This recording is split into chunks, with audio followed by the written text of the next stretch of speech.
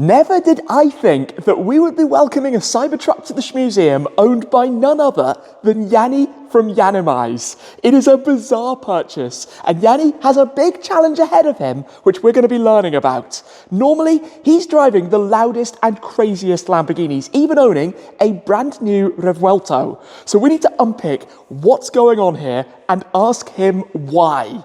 Firstly, we're in the UK and going out for a drive in this car that will never officially be sold on this continent.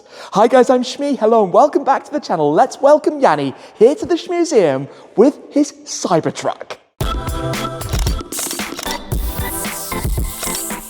What makes this a particularly big deal is that the car Yianni has bought is here in the UK. This is something we're going to talk a lot about because it poses some very interesting questions and some unique things they've already done and are going to need to do for what's coming next. Now, the Cybertruck launched about 4 or 5 years ago. I was actually at an event out in Saudi Arabia, so Schmark 150 went to the launch event in California to see when Elon presented this to the world. Yes, there was a bit of a mishap with the window. Everyone knows about that. But the first one I saw, as I'm going to call it, out in the real world, was at the Motor Enclave at the very start of this year during Cars and Coffee, when there was one privately owned that had come to the event, uploaded a video.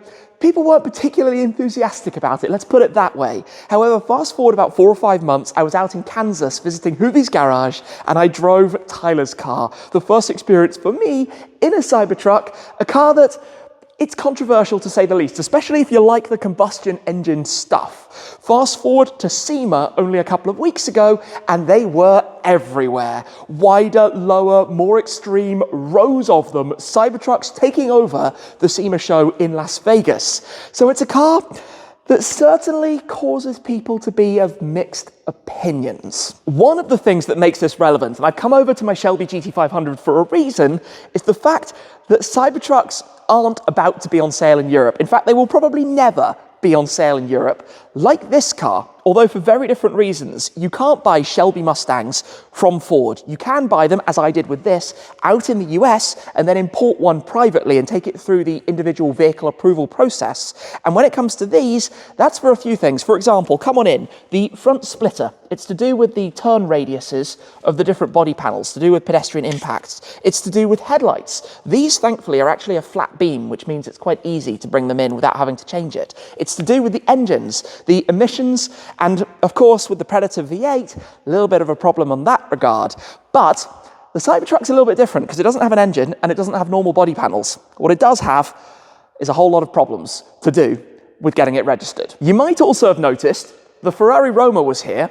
It's now missing. It was living underneath my sister's furniture while she's moving house. It's been nabbed by my dad, as promised. I always said with that car, one of the things was to let it get driven out and about, so my dad's taken it, and in its place, we now have his BMW M2. Now, interesting story, I very nearly bought one of these quite recently. There was an advertised price, it went up quite a lot, it came back down a little bit, but at the end of the day, it was just a little bit too much for what I felt it was going to be worth. But my dad bought this, we went to collect it together, manual, combustion engined, rear-driven sports car, right? Not all that many of those are left, so at some point, I'm going to take this out and go and do some runs with it, that's for sure. While my dad's car is here, we're going to give it a quick health check, and to do so, I want to say thank you to the sponsor of today's video, ODBeleven, and the tiny ODBeleven device. This is smaller than the car's key, plugs into the OBD port, then gives you access to dealer-level diagnostics and one-click apps, where you can change some of the pesky factory features and personalize the car. Plus, given it's Black Friday, there are some mega savings to be had. Let's go and plug this in and see what happens. With the ODBeleven device plugged in, this is where we can tap to scan. It's read out that it's a BMW M2. It's now checking all of the different modules to see if it can find any faults or anything that we might need to look into a little bit further. No faults found, perfect result. Then we go into the one-click apps, and in here there are lots of different things that you can customize about the car. For example, Scandinavian DRLs. If you want to have your rear DRLs all the time, we can activate those, click go, and it will now send the configuration and the command to set that. And with that now activated, we can jump, for example, to check the start-stop. A lot of people prefer to have start-stop disabled, so you can, directly with here, have it so that when you turn the car on, that setting will be switched off going forwards. This is all just part of what you can do in the one-click apps. Considering quite how small the ODBeleven device is, there are no excuses not to carry one in the car, and the deal is sweetened even further thanks to Black Friday and some immense savings. To my dad, who's probably watching, don't worry, I haven't completely changed everything on your car, maybe just a couple of things. For now though, a big thanks to ODBeleven for sponsoring today's video. Let's hang tight, Yianni should be here any moment. I hear an electrical whir. What is this? What is this?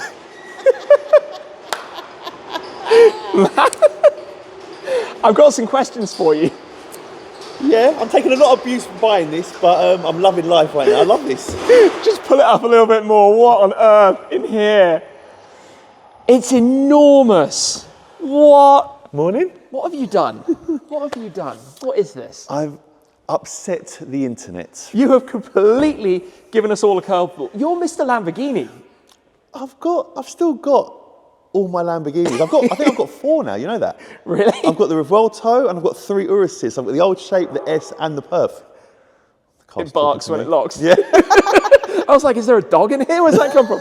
So look, talk to me because we'll go take it out for a drive. But this thing is enormous. How is it down the country roads? It's okay, or you're... The more I've driven it, the more I've found that it's actually really, really easy to drive. Listen, we're used to left-hand drive cars because obviously a lot of the hypercars are left-hand drive. It's cool. Yes, it is very big. It's not as wide as you think. It's got a lot of length, but hasn't got the width. You know, it's longer than a Phantom 8. Is it really? Yeah. Okay. See, I know I'm going to learn stuff today with you like I always do. I didn't know that. It's 5 centimetres longer than a Phantom 8. It's only 9 centimetres shorter than an extended wheelbase Phantom. So what is longer than this? Nothing. It's as long as you can go. 6 metres is how big a car can be on a regular road licence, and this comes in at about 590. Okay, because a lot of people said to me I need a HGV licence, and I was like, I'm sure you have to be 3.5 tonnes over to have an HGV. Yep, this is not 3.5 tonnes. No, it's just under. So I'm good, aren't I? I think it's just under. I actually need to check that. Need to Okay. check the weight. But, like, okay, we're going to talk about all homologation stuff in a minute, because, like, it's not easy. See, I was wondering, how long is it going to take until you kick it? Do you not yourself, though? I mean, at the end of the day, right, yes, it's stainless steel and you can just kick it, but do you not think this is actually really expensive and it's still an expensive car and psychologically kicking it is just wrong? It's very wrong. It's very wrong. But I think it's just that mental thing of when you've seen these in America and you've never had one in the UK. Listen, I had no intention of buying this. I was never buying this car. The guy hit me up and he's like, Yianni, I've got a CyberTruck. And I'm like, have you really? You know, we get DMs all the time. I'm like, yeah, I'm sure you have. And he's like, no, I have. I'll bring it down to you. So I said to the guys, this guy's supposedly bringing me a CyberTruck. Let's see. He turns up in it. So we're out driving. I'm like, I love this. I think it's really, really cool. I'm not a big Tesla fan. I had the Tesla Plaid while I was driving it around and I didn't really enjoy it. And he goes, and I said, would you sell it? And he was like, yeah. And you're like, oh, I'm on the spot now. I was like, I'll buy it. Literally, it was that simple. It was that simple transaction.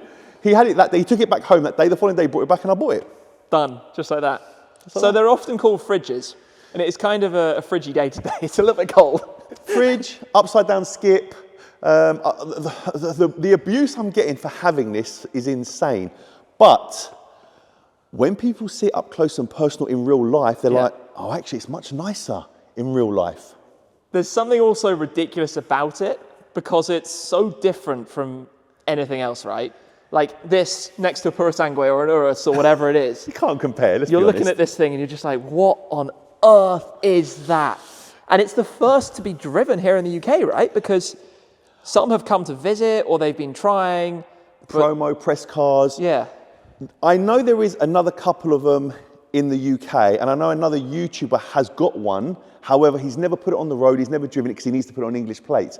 This one is the only one that's driving around, and it's on Albanian plates. It flew from California to Albania, and then he registered it there, drove it from Albania to Italy to Germany into the UK, and now it belongs to me. Just like that. What on earth? It's ridiculous. Have you done all the like walking up here and standing on it? I haven't walked up there yet, but it's quite cool because obviously everything's on the app, isn't it? Right. So you can do like mad things. Like I like the boot. So when you open the boot, okay, and then you run that back, that's really cool because you can't see anything out the back window. But then if you watch, this will drop down. Oh yeah, then you get the view. But obviously you do have the camera on the screen, and you have like the smallest reverse, the smallest rear view mirror. Yeah. But listen, you can put Christmas trees in there. Put a few bodies. All right. But it's got soft close. Let's watch. I remember seeing that in your video. So I, like everyone else, saw your video where you announced that you've bought a Cybertruck and was like, Yianni, you're trolling us, right? This is clickbait. This is not real. It's real. It's the real. I bought it, and I'm trying to get it on English plates. So in the next 2 weeks, I'm hoping, fingers crossed, because we've added all the things like this year, because obviously the edges are the problem. So it needs to be safe, and obviously we need to sort the rear lights out as well. But I'm telling you now, hear it here. If we get this registered with English plates on, you're going to see an influx of these cars in the UK for sure. I'll be flying in. Trendsetter. Trendsetter. Upsetter, more like than trendsetter. It's time to head out in the fridge. We're taking the fridge out for a drive. And it's very cold out there, so perfect time for a fridge. It's weird. It's weird. You ready to reverse out? You ready? You do it all from this, don't you? From the screen. Cool view, that.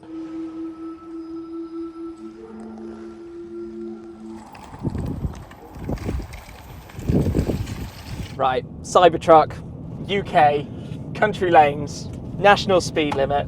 This is the dual motor, not full Cyber Beast. Correct. But it's quite quick, right, still? Yes, it's quite quick, although not much electric charge. Good thing we've got a charger back at base. Correct, yes.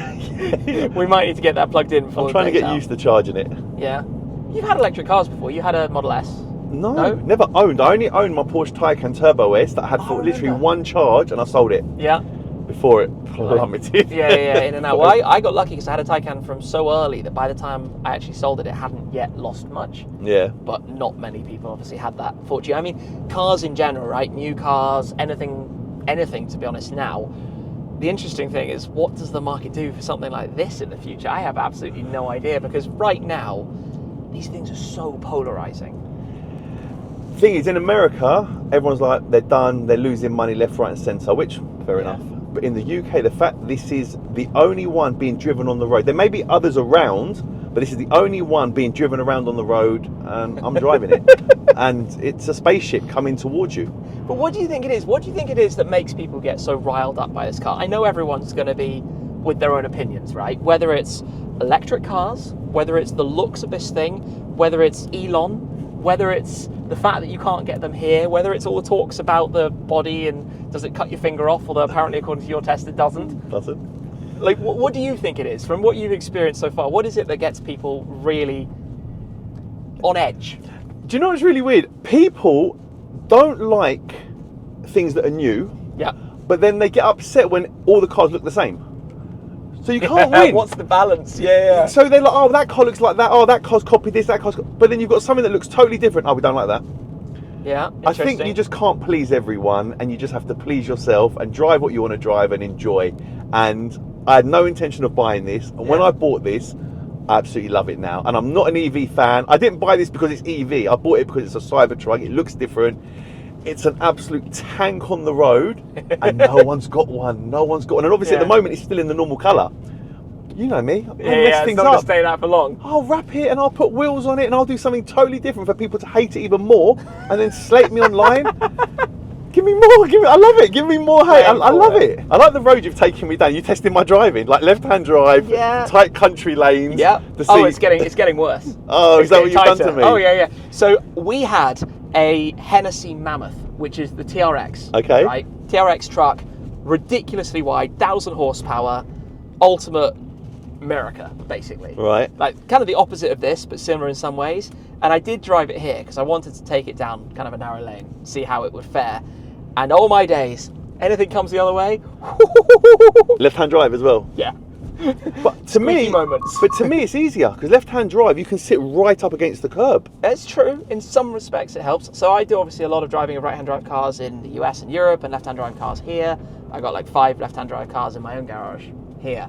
Yeah. So you do kind of get used to that and driving cars in different places, but still, there's something about the slight awkwardness of it when you're on a road like this Although I tell you what, the DPD van in front is definitely taking his sweet old time. I've Yeah. been bombing it down here. This is the it? kind of road I like, the Clio V6 or the 1M or an Abarth, but you know, like small, look here. I mean, he's basically come to a stop. Yeah, it's quite... You're fine. But you know, the good thing is, the car theoretically can't get damaged. I know you've seen people tell them, but if I scratch the side, I'm not worried. Yeah. Scratch the side, we can kick the side. It's a CyberTruck, it's good. The windows are shatterproof.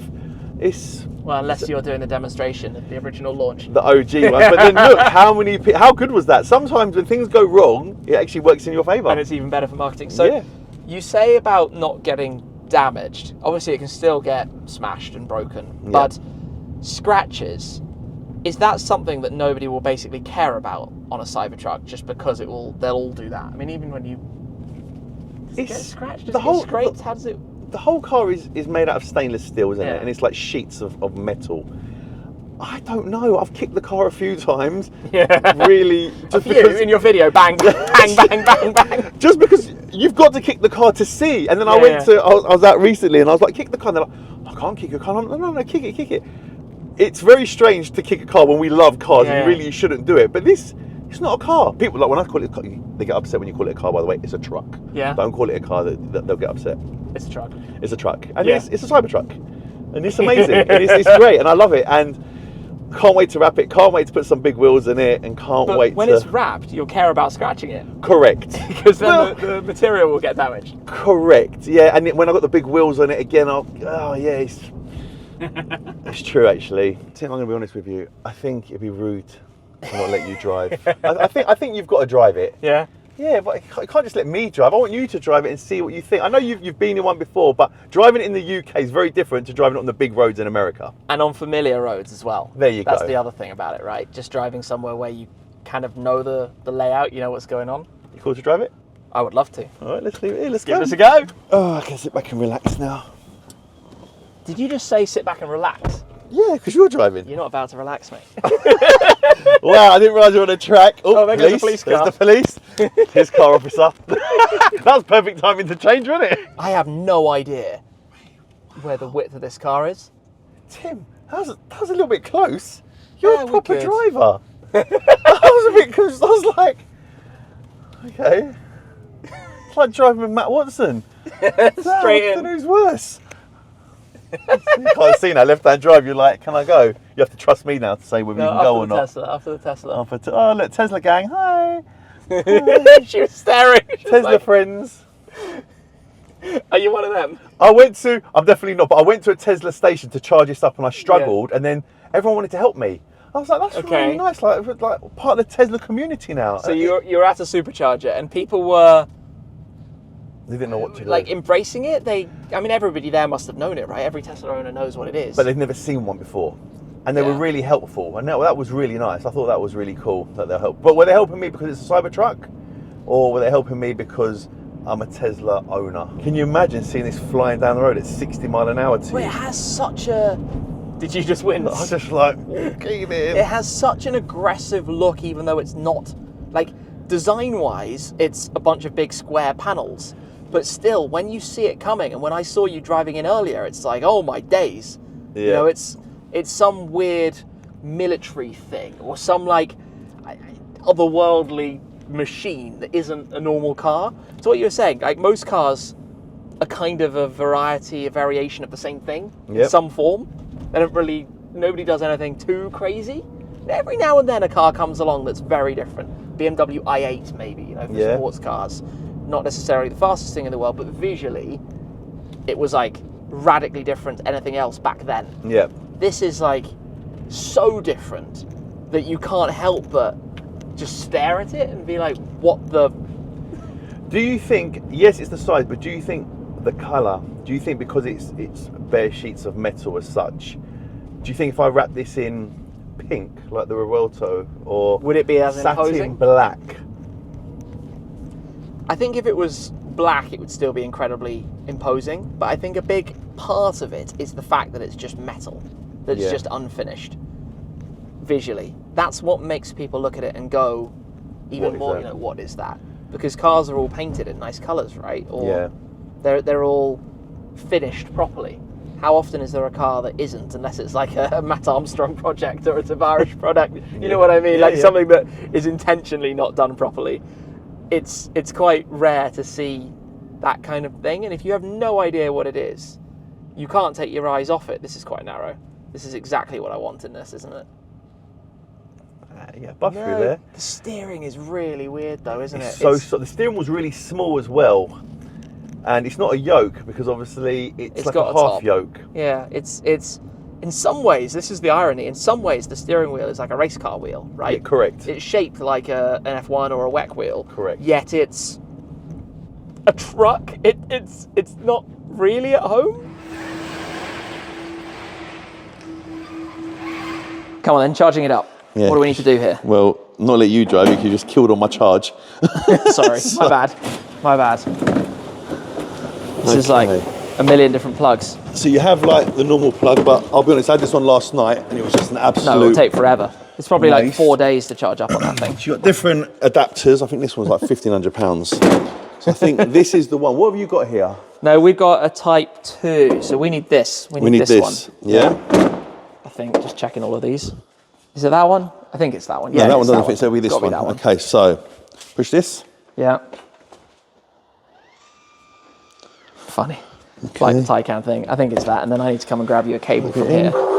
And then we're going to see if this works. No, fingers crossed. Obviously, we're here at the Shmuseum, so it has to be blue. Has to be blue. Obviously. Is that just going to work? Is it going to... Yep, charging. It's got to go green. It's connected. Yeah, it's pulsing. That's charging. Green? Yep. Success! You can have some electricity on Free me, Yianni. charge! Free charge! Yes! Saving that money. Wicked.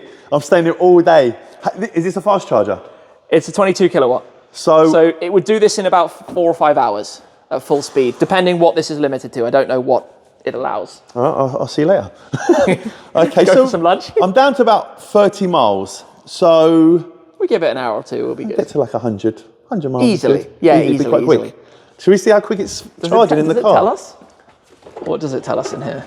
There you go. So it's telling us. Have a look at the screen. Let me step in here and see what it says. So it's 12 hours remaining. So that's going quite slowly then.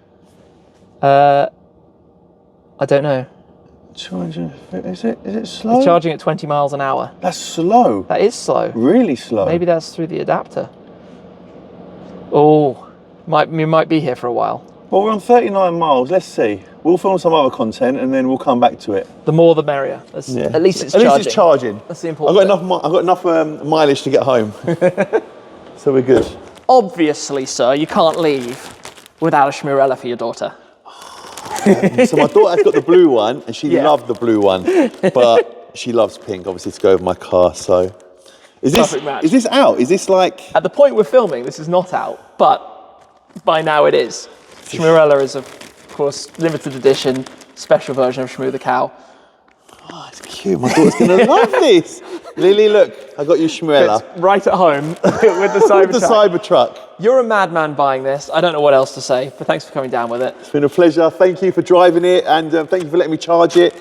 And I guess I'll see you when I buy something else crazy.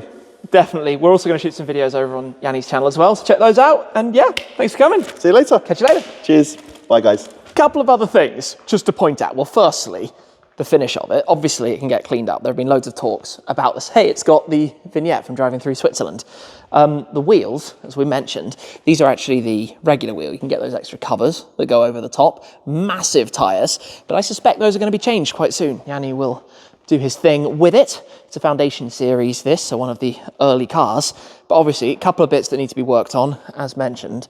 And what's interesting is how you don't really notice this, the extra protection that's over the edge of all of the metal slabs. It's so funny, the shape, that it's just literally this house roof, you know, this triangle over the top, and how the panels are basically very, very square. That they had the idea to make this, and they made it happen, and they pulled it through, and it exists. Amusingly, the Tesla kind of snuck out without us hearing it go. Yianni's departed, but I've parked up the M2 where the Roma normally lives. I don't know how long it's going to be until those actually swap back around. The super observant viewers amongst you will have noticed, though, that's the registration plate that's normally been on my dad's ODBeleven, which he's recently sold. So he's running around in the M2 competition at the moment and enjoying that.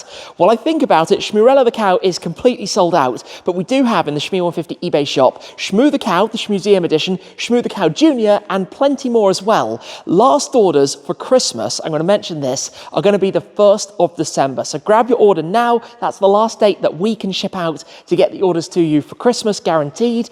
Also, if you're in the European Union, due to new rules, the last date we can ever sell to you guys, based on the current rules, is going to be then as well. So if you want to buy a Shmoo the cow, get your orders in right now.